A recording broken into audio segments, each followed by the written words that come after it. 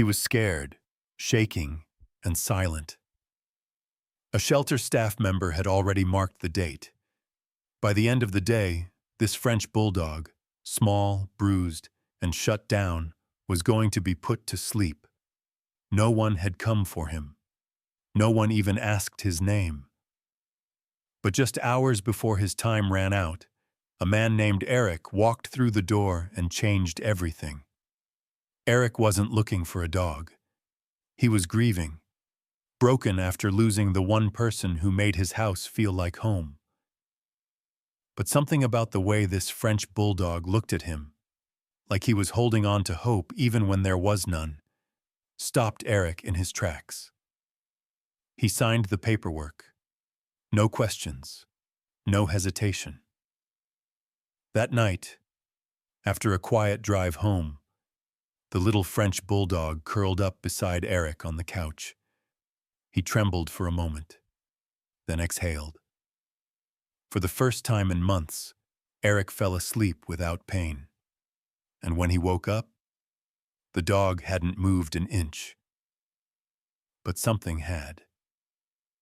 That moment, silent, unremarkable to anyone else, marked the beginning of a story neither of them could have imagined. Because what happened next would not only save them both, it would inspire an entire community. Before we begin, make sure to subscribe to the channel, like this video, and turn on notifications. This helps us bring more inspiring stories like this to you.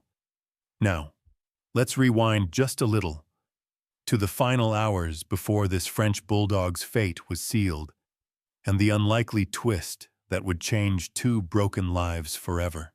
The walls of the shelter were quiet that morning, quieter than usual. The usual sounds of barking, staff chatter, and clinking food bowls were absent from the far wing, where dogs scheduled for euthanasia were kept. That section was known unofficially as the End Hall, and few people ever went there willingly. Cage number 7 housed a small, fawn-colored French bulldog with a deep scar above one eye and a thick coat of silence wrapped around him. No name on the kennel card, just a number, A4291. He had arrived 6 days earlier, picked up off the side of a rural highway in Missouri. No microchip, no tags, underweight, dehydrated, and completely shut down. He hadn't barked once since he arrived. Shelter volunteer. Samantha knelt by his crate every morning, trying her best. "Come on, buddy, just a tail wag today," she whispered through the bars. Nothing. He would glance her way, ears twitching slightly, then rest his head on his paws again, as if already gone. The vet techs had marked him for end of day. Across town, Eric Mathers was sitting in his truck in a supermarket parking lot, staring blankly at the steering wheel. He hadn't been to this part of the city in over a year, hadn't felt ready since his wife, Mia, passed away from a sudden stroke. She'd loved animals. Their home had been full of foster pets, rescues, creatures that came broken and left whole. Since her death, the house had fallen into an unnatural silence. Eric hadn't let himself think about another dog. Until now. He didn't know what drew him to the shelter that day. Maybe it was the radio playing a song Mia used to sing. Maybe it was the look in his own eyes when he caught his reflection in the truck window. Lonely, hollow. Whatever it was, it pushed him through the shelter doors. The woman at the desk, Cassie, greeted him gently. "Can I help you find someone?" Eric looked around. "I'm not sure, I thought maybe I'd look." Cassie hesitated, then said, "There's one dog. No one's been interested in him. He's not doing well. We don't usually show him unless people ask, but something tells me maybe you should see him." He followed her down the corridor. The smell of bleach and despair clung to the air. At the end of the hall, she stopped at cage 7. "That's him," she said quietly. The dog didn't move. Eric crouched down. "Hey there, fella." The French bulldog lifted his head just slightly. Their eyes met. It was like staring into a mirror. Two beings who had lost more than they could explain. For a moment, nothing else existed. "Can I sit with him?" Eric asked. Cassie nodded. Inside the room, Eric sat on the cold floor, his back against the wall. The dog stayed in the corner at first, wary, but slowly, cautiously, he crept forward. He rested his head on Eric's boot. Then, as if pulled by instinct, curled up beside him. Eric swallowed the lump in his throat. "You and me both, huh?" 3 hours later, Eric was signing paperwork. Back at home, the two sat in the living room.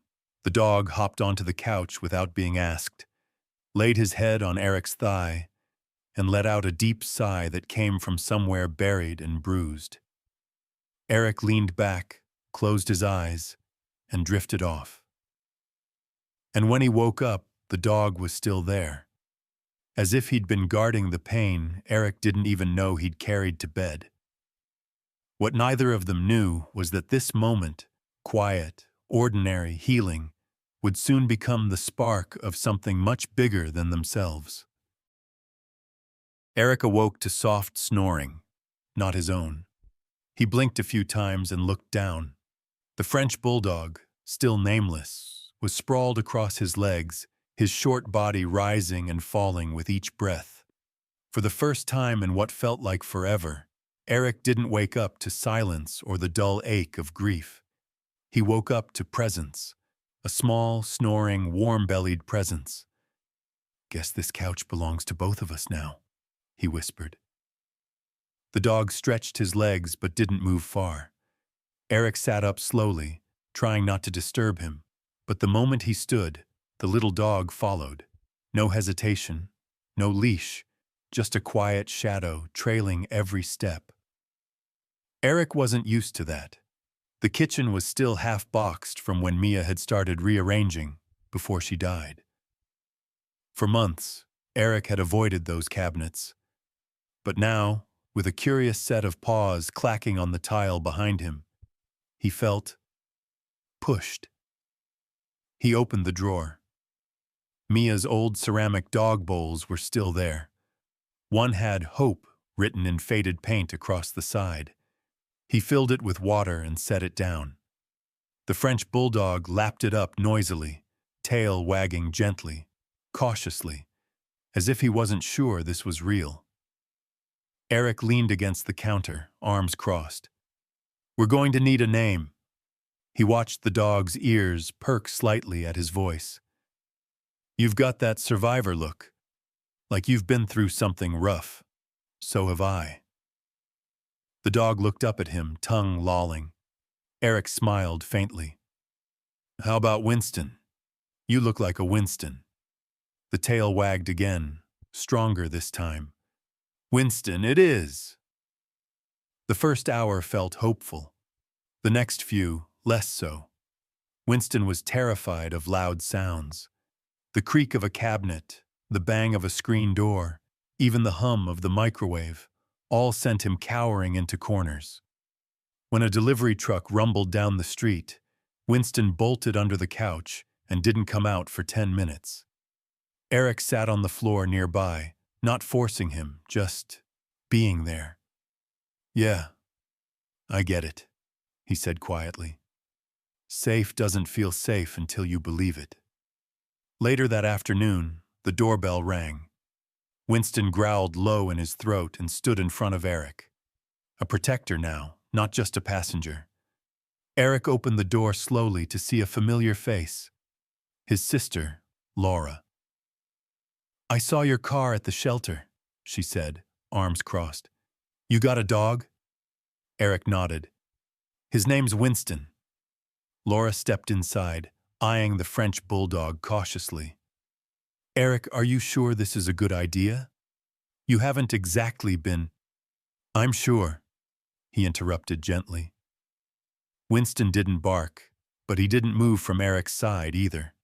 His stance was alert, watching Laura like he was still deciding whether she could be trusted. Laura sighed. You know how hard this is going to be, right? Dogs like that, they come with baggage. Eric looked down at Winston, who gave a soft huff but didn't back away.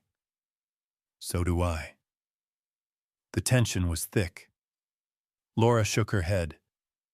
Just don't disappear again. After she left, Eric knelt beside Winston, running a hand over his back.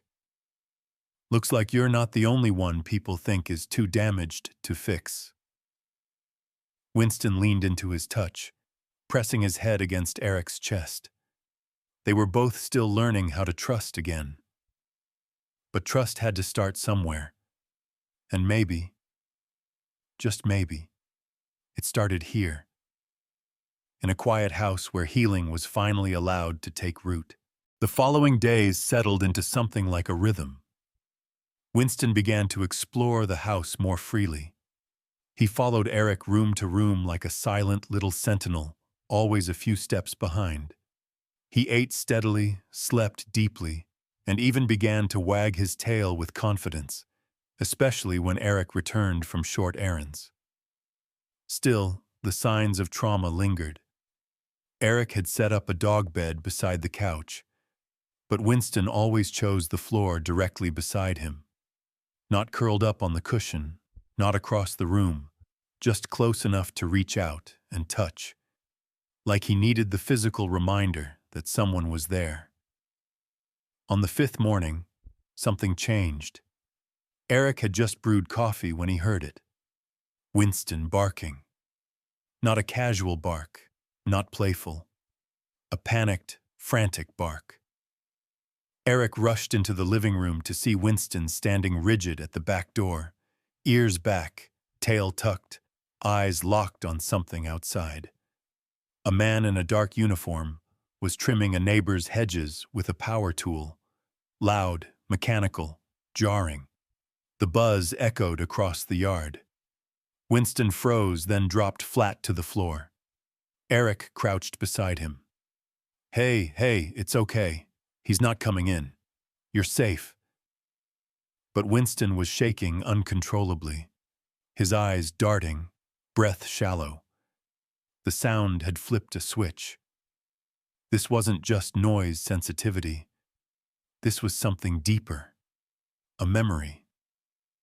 A scar. Eric sat beside him, speaking in soft tones. It took 15 minutes for Winston's breathing to return to normal. Even then, he wouldn't move from Eric's lap. Later that day, Eric called the shelter. He asked for Samantha, the volunteer who had stayed late to help him with the adoption. Do you know anything about his background? He asked. Something about machinery or loud sounds. It triggered something bad. There was a pause on the line. Then Samantha said quietly, "We don't know much, but a trucker found him behind a warehouse complex off Route 9. There were signs he'd been tied up near a scrapyard, maybe for a while." Eric closed his eyes. "That explains it," he muttered. That night, as Winston slept beside the couch, Eric sat alone with a photo album he hadn't opened in almost a year. The cover was worn. Inside were memories of Mia, her smile, her laugh, her arms wrapped around half a dozen rescued dogs. She'd always said that animals weren't broken. They just needed a different kind of love. Eric hadn't wanted to look at these photos again. But something about Winston, his quiet, loyal presence, had opened a part of him that had long been closed off. He turned to the last page. A photo of Mia holding a French Bulldog puppy, one she had fostered years ago. She'd written on the back in her elegant handwriting, "Even the smallest hearts carry the biggest courage." Eric wiped his eyes and looked at Winston. curled up and twitching softly in his sleep. "You're not just healing," he whispered. "You're helping me heal too." The next morning, they went for their first real walk together. Winston was nervous at first, jumpy with every sound. But when a motorcycle passed loudly nearby and he froze, Eric didn't pull the leash. He stopped too, crouched down, and waited. No pressure, no fear, just presence. And slowly, Winston took a step forward. Sometimes, healing isn't about forgetting the past. It's about learning how to carry it, together. And for Eric and Winston, that walk marked the beginning of walking forward, one cautious, courageous step at a time. The local park was quiet on weekday mornings, just the way Eric preferred it. He and Winston had been coming every day now. It wasn't far from the house, just a few winding streets and a shaded gravel path that led to an open grassy area lined with benches. The air smelled like pine and damp soil, and birdsong filled the gaps between their footsteps. For Winston, these walks were both therapy and test. Every twig snap, every sudden gust of wind still made him flinch, but each day he recovered faster. Today felt like progress. Eric brought a tennis ball, not to throw, not yet, but to see how Winston would react. The French Bulldog sniffed it, nudged it, then promptly laid on it like a pillow. "Not much of a retriever, huh?" Eric chuckled. But the peace didn't last. From the far side of the park, a golden retriever came bounding toward them, its owner not far behind. The retriever was leashed but excited, pulling hard and barking happily. Winston stood instantly, tense. "It's okay," Eric said, stepping between the dogs. "You're good. I've got you." The retriever's owner reached them, holding back her dog. She gave Winston a quick glance and smiled until she noticed his stance. "That one doesn't look too friendly," she said, half joking, half judging. Eric kept calm. "He's in training. Just adopted him a week ago." The woman raised her brows. "Rescue?" Eric nodded. She clicked her tongue. "Be careful. You never really know what those dogs have been through." Eric's jaw tightened. "That's why I'm here. So he can learn. So we both can." The woman gave a short, dismissive nod and walked away. Winston hadn't barked, hadn't lunged. He'd simply stood still, watching. But Eric could feel the dog's body, still trembling slightly under his hand. Back home, Eric replayed the moment again and again. The woman's words echoed in his mind. "You never really know what those dogs have been through." Mia had heard those same words countless times, and she always answered the same way. "No, you don't. But sometimes, neither do the dogs. That's why we help them remember who they really are." That night, Eric opened a new tab on his laptop. He searched for obedience classes, trauma-informed trainers, and behavior specialists in his area. Not because Winston had done anything wrong, but because Eric wanted to give him every tool possible to succeed. A few days later, they met Angela, a certified trainer who specialized in rehabilitating dogs from trauma. She greeted Winston on the ground, letting him sniff her hand before even trying to touch him. "He reads you like a map," she said to Eric after observing them for 10 minutes. "Every step you take, he adjusts. That's not fear. That's bond." "But he's still scared of so much," Eric said. Angela smiled. "So are most people. The question isn't whether he's scared. It's whether he trusts you when he is." Over the next hour, they worked through simple exercises. Sit, stay, touch. Nothing flashy, just connection. Winston struggled with stay. His instinct was to follow, to not be left behind again. But by the end of the session, something clicked. Angela walked 10 feet away. Eric knelt. "Stay." Winston hesitated, then stayed. When Eric opened his arms and called, Winston sprinted toward him and launched into his chest, tail wagging, breathing hard, eyes alive. Angela clapped gently. "That's it. That's your breakthrough." Eric hugged him tight. "You're not just learning how to be a dog again, Winston. You're teaching me how to be a person again." Not everyone would understand their bond. Some would judge. Others would doubt. But for Winston and Eric, every small win was a promise, proof that broken doesn't mean beyond repair. It was nearly midnight when the storm rolled in. Thunder low and heavy, pressing against the walls of the house like an invisible tide. Rain lashed the windows, and wind howled through the trees outside. Winston had been asleep at Eric's feet, but jerked awake the moment the first crack of thunder hit. He bolted under the couch before Eric could say a word. Eric crouched beside the couch and spoke softly. "It's just a storm, bud. You're safe." But Winston wouldn't come out. His eyes were wide, his breathing shallow. The trauma of loud noises, the machinery, the scrapyard, the sounds he couldn't forget, was back in full force. Eric sat on the floor, back against the couch, just like he did the first night they met. He stayed quiet, waiting. After a few minutes, Winston inched forward and pressed his body against Eric's thigh, still trembling, but seeking comfort instead of hiding from it. "You're braver than you think," Eric whispered, placing his hand on the dog's back. The power flickered, once, then again, and finally went out. Eric sighed. "Perfect." He grabbed a flashlight from the drawer and lit a few candles around the house. Then his phone buzzed with an emergency alert. "Flood warning.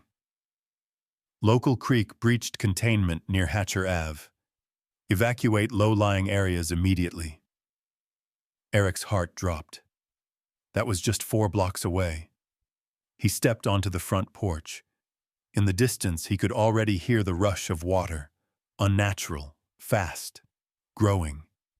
The street out front was starting to flood.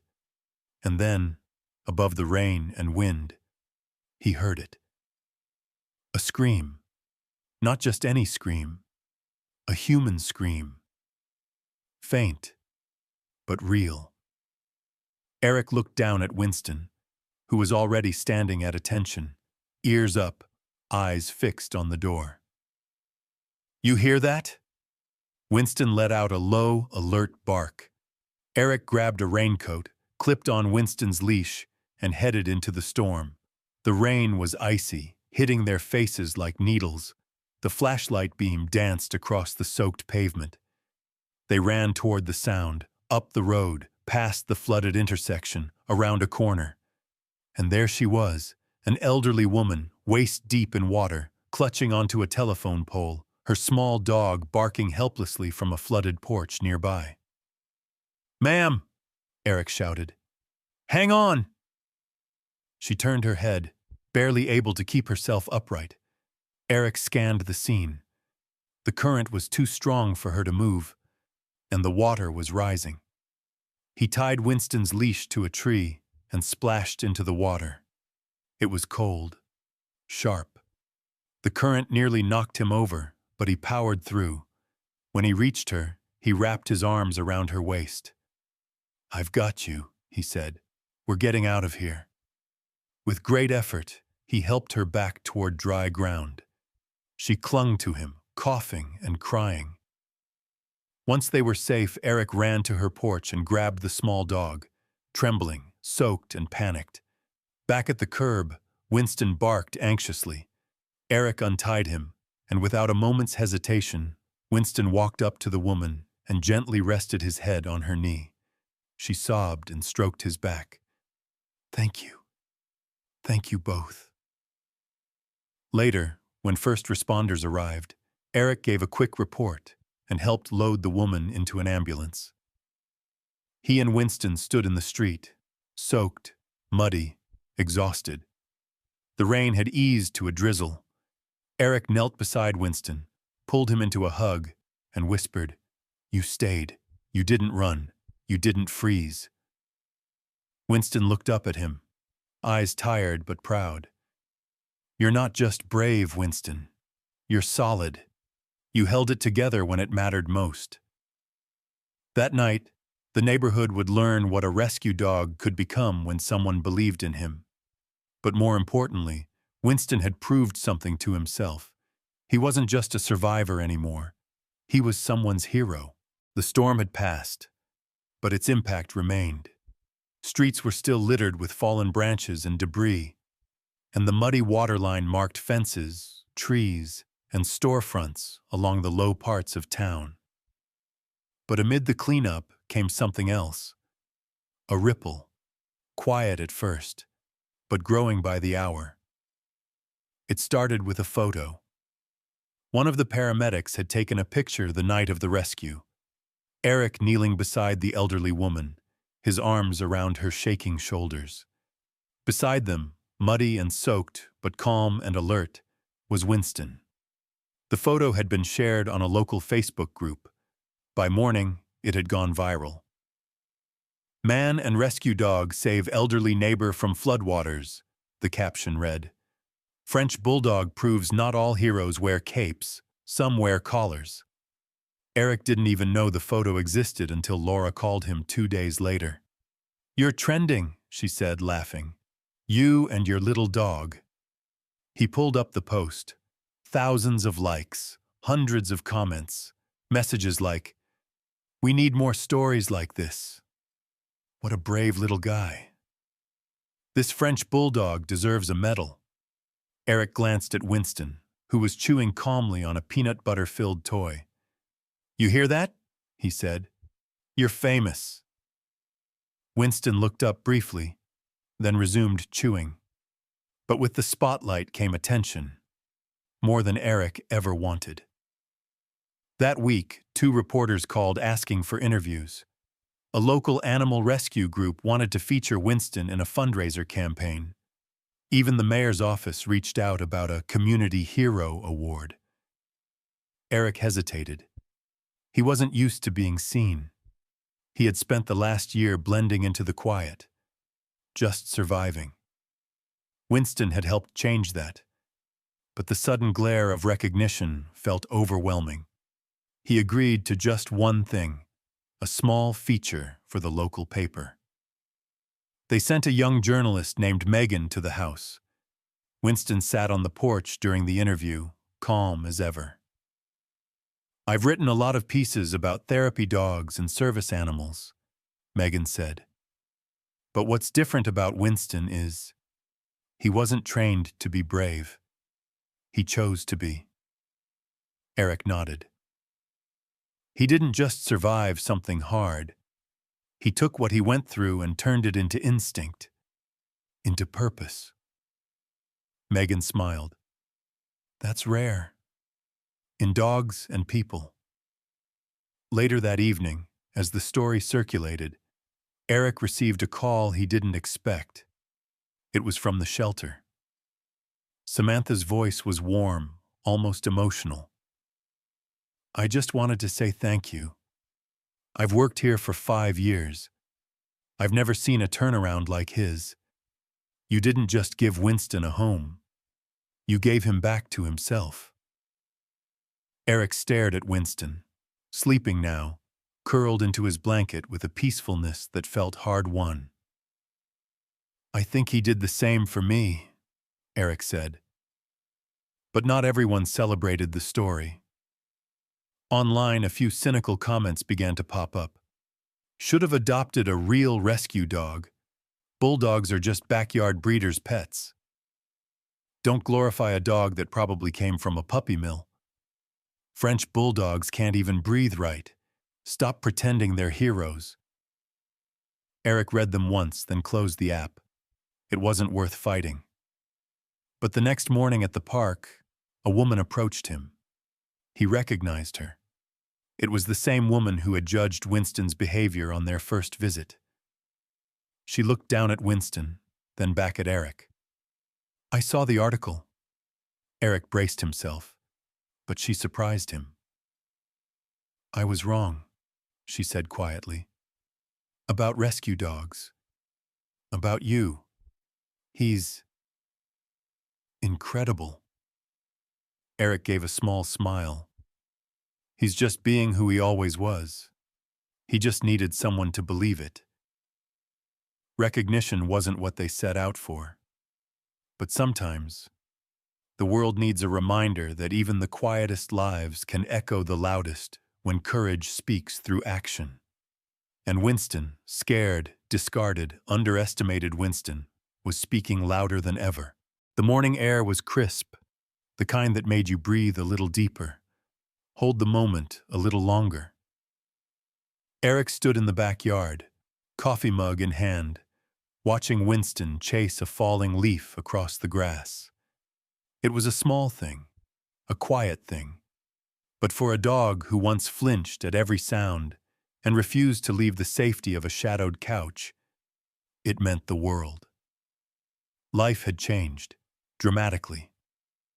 Since the flood rescue, Winston's story had reached thousands.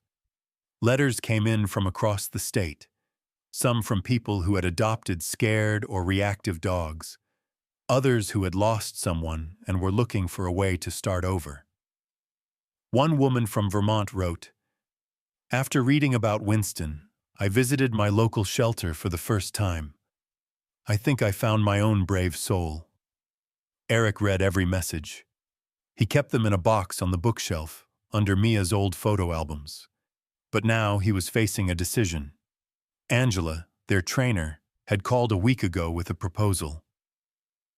"I've been invited to speak at a conference on trauma-informed canine care. They want me to bring a real case example, a working pair, someone who shows what rescue and recovery look like, not just in theory, but in practice." Eric didn't even let her finish. "You mean Winston?" Angela hesitated. "You'd both go. Together. Speak. Demonstrate. It's a big ask, I know, but this could help hundreds of dogs, maybe thousands." Eric had been thinking about it for days. He didn't like attention. Winston didn't either. But the bond they had, the story they'd written together, had already touched people. Maybe showing up, just once more, was part of the journey. That evening, Eric sat on the porch with Winston beside him. "You remember that first night?" he said. "You were quiet. I was numb. We didn't ask for each other, but somehow, we were exactly what the other needed." Winston rested his head on Eric's foot. "You don't owe anyone anything," Eric continued. "But I think we might be able to help, just by showing up, by proving that second chances can turn into something good." Winston lifted his head and looked up, steady, calm, ready. So they went. The conference was small but filled with people who understood. Trainers, shelter workers, veterans, survivors. When Eric stepped up to speak, Winston sat at his side, unfazed by the lights, the crowd, the noise. "I used to think rescue was about saving a dog," Eric said into the mic. "But what I've learned is that sometimes it's the dog who rescues you." Winston didn't just come back from the edge. He walked me back with him. There wasn't a dry eye in the room. After the presentation, people lined up, not to shake Eric's hand, but to kneel beside Winston, to meet the little dog with the quiet soul and the unbreakable heart. Weeks later, back at home, things were the same, simple, peaceful. But now Winston had a new job. He visited the shelter every Saturday with Eric, not to look for a replacement, not to relive his pain, but to sit beside the kennels, calm and quiet, a presence, a message, to the scared ones, the shut-down ones, the dogs who wouldn't make eye contact. You're not broken. You're just waiting for your person. And sometimes, a French bulldog with a scar over one eye and a tail that wags when no one's looking is all it takes to say that without words. From discarded to celebrated, from fear to purpose. Winston's story wasn't just one of survival. It was a blueprint for healing, and proof that the right connection, at the right time, can change everything. If this story touched your heart, subscribe to the channel and leave a like. Share it with someone who believes in second chances, or someone who needs one. Together, we can help more Winstons find their way home.